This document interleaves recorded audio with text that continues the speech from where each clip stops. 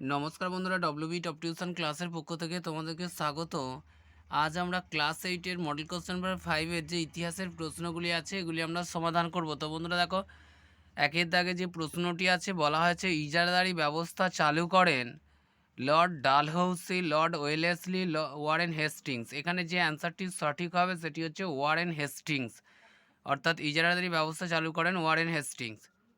2 নম্বরে যে প্রশ্নটি আছে দেখো, প্রথম রাজনৈতিক সংগঠন হলো আর্য সমাজ, জমিদার সভা, বঙ্গভাষা প্রকাশিকা সভা। এখানে যে অ্যান্সারটি সঠিক হবে সেটি হচ্ছে জমিদার সভা। 3 নম্বরে যে প্রশ্নটি আছে দেখো, বলা আছে মাদ্রাজ প্রেসিডেন্সিতে বিধবা বিবাহে নেতৃত্ব দিয়েছিলেন বিষ্ণু শাস্ত্রী পণ্ডিত, আত্মারাম পাণ্ডুরাং, বীরেশলিঙ্গম পান্তুলু। এখানে যে অ্যান্সারটি সঠিক হবে সেটি হচ্ছে বীরেশলিঙ্গম পান্তুলু। পরে দেখো 4 নম্বরে যে প্রশ্নটি আছে, দাদন বলতে বোঝায় অগ্রিম জমি নেয়া,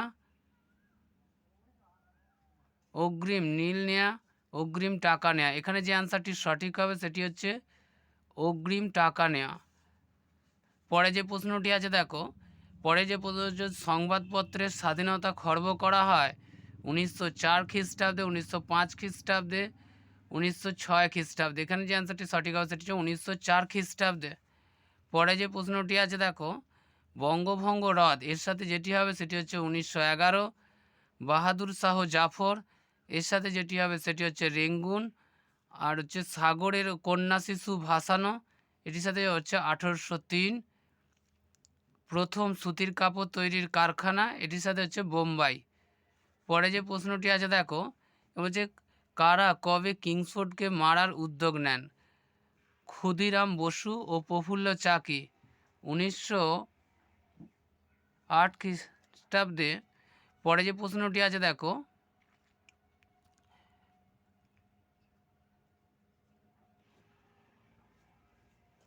তো দেখো বন্ধুরা, এই প্রশ্নটি তোমাদের বড় প্রশ্নের সাথে সমাধান করে দেওয়া হবে। রেলপথ নির্মাণ করতে গিয়ে পরিবেশের ওপর কী প্রভাব পড়েছিল? এই প্রশ্নের অ্যান্সারটিও তোমরা বড় প্রশ্নগুলোর সাথে সমাধান করে দেওয়া হবে। আর এই প্রশ্নের অ্যান্সারটি তোমরা এখানে দেখো, দুজন ব্যক্তি হচ্ছে, সেটি হচ্ছে ক্ষুদিরাম বসু, প্রফুল্ল চাকি। এটি 1908 খ্রিস্টাব্দে 30শে এপ্রিল কিংসফোর্ডকে মারার উদ্যোগ নেন।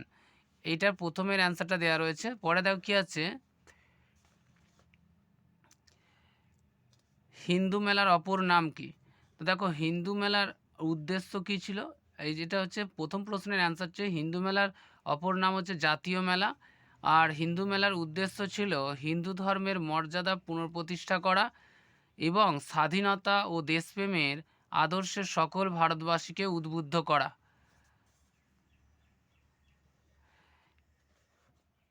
এই 3 মার্ক এবং 5 মার্কের প্রশ্নগুলি তোমাদের পরের পাঠে সমাধান করে দেওয়া হবে। এই পাঠে শুধুমাত্র যে তোমাদের 1 নম্বরের প্রশ্নগুলি আছে এগুলি সমাধান করে দেওয়া হচ্ছে।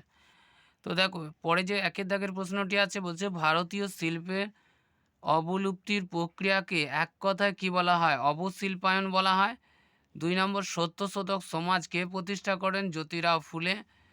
3 নম্বরে, সিপাহীরা কাকে হিন্দুস্তানের সম্রাট হিসেবে ঘোষণা করে? বাহাদুর শাহ জাফরকে।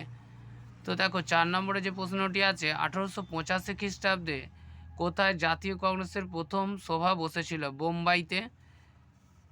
বোম্বাইয়ের গোকুল দাস তেজপাল সংস্কৃত কলেজে এটা বসেছিল। তো পরে দেখো কি আছে, 5 নম্বরে যেটা আছে, 1878 খ্রিস্টাব্দে দেশীয় মুদ্রণ আইন কে জারি করেন? লর্ড লিটন।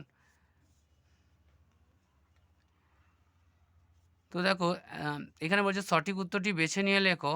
ভারতে ব্রিটিশ ঔপনিবেশিক শাসনের অন্যতম প্রতীক ছিল রেল ব্যবস্থা। বাংলায় নীল বিদ্রোহের প্রতি কোন সংবাদপত্র সহমর্মী অবস্থান নিয়েছিল? হিন্দু প্যাট্রিয়ট। পরে দেখো, বাঁশের কেল্লা গড়ে তোলা হয়েছিল বারাসাত বিদ্রোহের সময়। পরে যাচ্ছে দেখো, ভারতে প্রতিষ্ঠিত প্রথম জাতীয়তাবাদী সংগঠনের নাম কি? বঙ্গভাষা প্রকাশিকা সভা।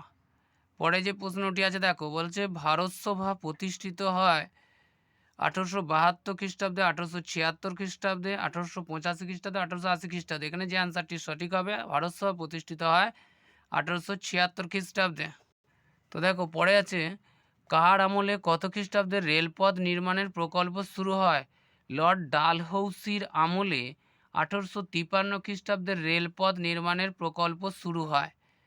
2 নম্বরে যে প্রশ্নটি আছে, নীল বিদ্রোহের দুজন নেতার নাম বিষ্ণুচরণ বিশ্বাস ও দিগম্বর বিশ্বাস।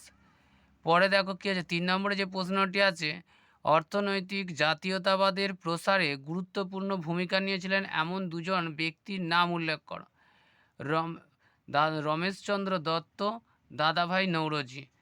দুজন ব্যক্তি, এক হচ্ছে দাদাভাই নৌরোজি আর 2 হচ্ছে রমেশচন্দ্র দত্ত। তো দেখো বন্ধুরা, এই পাঠে আমরা এখানে শর্ট কোশ্চেনগুলো 1-এর দাগ এবং 2 মার্কের এই প্রশ্নগুলির সমাধান করে দিলাম। পরের পাঠে যেগুলো তোমাদের রয়ে যাচ্ছে বড় প্রশ্নগুলো, এগুলো আমরা পরের একটা পাঠে শুধুমাত্র সেখানে বড় প্রশ্নগুলির সমাধান করে দেওয়া হবে।